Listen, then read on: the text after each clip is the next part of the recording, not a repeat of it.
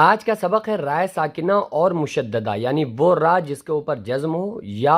ایسی کوئی را جس کے اوپر تشدید ہو، تو اس کو کس طرح سے پڑھنا ہے۔ یہ نورانی قاعدے کا سبق نمبر تختی نمبر 14 ہے، کلاس نمبر 14 ہے۔ پچھلے سبق میں ہم نے آپ کو بتایا تھا کہ حروف اخفاء اور حروف قلقلہ کس طرح سے کیے جائیں گے۔ آج کے سبق میں ہم یہ سمجھیں گے کہ جو رائے ساکنہ اور مشددہ کیا ہیں اور ان کو پڑھنے کا طریقہ کیا ہے۔ یہ بتا رہے ہیں جزم والی را کو رائے ساکنہ کہتے ہیں، یعنی وہ را جس کے اوپر جزم لگا ہو۔ جزم کس کو کہتے ہیں؟ جو چھوٹی سی دال ہوتی ہے نا اوپر لگی ہوئی، آپ دیکھ سکتے ہیں جیسے را کے اوپر لگی ہوئی یہ چھوٹی سی دال ہے، اس کو جزم کہتے ہیں، اور ساکن بھی اسی کو کہتے ہیں۔ تو رائے ساکنہ یعنی ایسی را جس کے اوپر ساکن ہو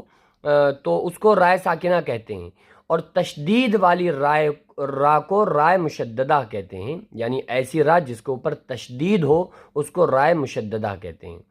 را پر زبر یا پیش ہو تو را پر ہوگی، زیر ہو تو باریک ہوگی۔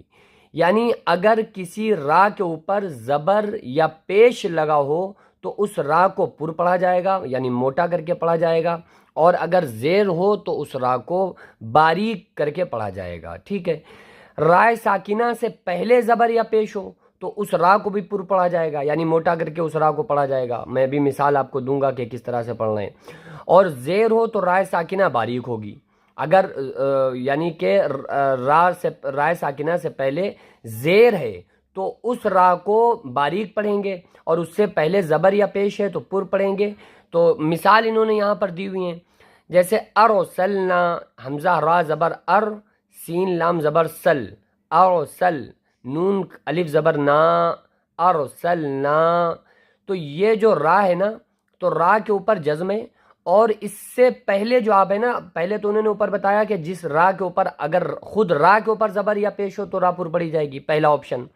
را پر پڑھنے میں بس آپ یہ دیکھ لیں کہ وہ را پر پڑھی جائے گی، موٹی کر کے پڑھی جائے گی جس را کے اوپر خود زبر ہو یا پیش ہو، یا اس سے پہلے زبر یا پیش ہو، یعنی اس سے پہلے جو حرف آ رہا ہے نا، جیسے را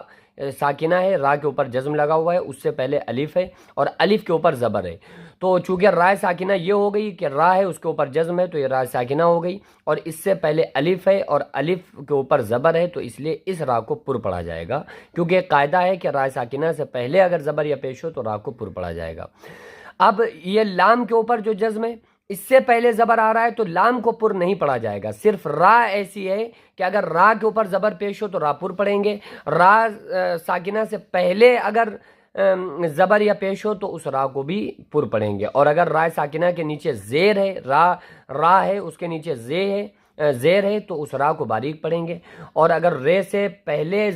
حرف پر زیر ہے تو اس را کو بھی باریک پڑھیں گے، یعنی پھر اس کو موٹا کر کے نہیں پڑھیں گے۔ تو کیسے پڑھنا ہے؟ حمزہ را زبر ار، سین لام زبر سل، ارسل، نون الف زبر نا، ارسلنا، قاف را پیش قر، حمزہ کھڑا زبر آ، قرآ، نون دو پیش نن، قرآنن، قرآنن، قرآنن نہیں کہنا ہے، را کو باریک نہیں پڑھنا ہے، قر نہیں کہنا ہے، قر کہنا ہے۔ کیوں کہنا ہے؟ کیونکہ را ساکنہ سے پہلے قاف ہے اور اس کے اوپر پیش ہے، تو اگر را ساکنہ سے پہلے زبر یا پیش ہو تو اس را کو پر کر کے پڑھا جائے گا۔ یغررک، تو یہ دونوں را پر پڑھی جائیں گی، کیونکہ ایک تو را پہلی والی جو یغررک میں یا غین زبر یغ، را پیش رر، یغرر، کاف زبر کا، یغررک، تو جو را پہلے والی ہے نا، جو غین کے بعد را ہے، تو یہ اس لیے پر ہو رہی ہے کیونکہ اس را کے اوپر زبر ہے،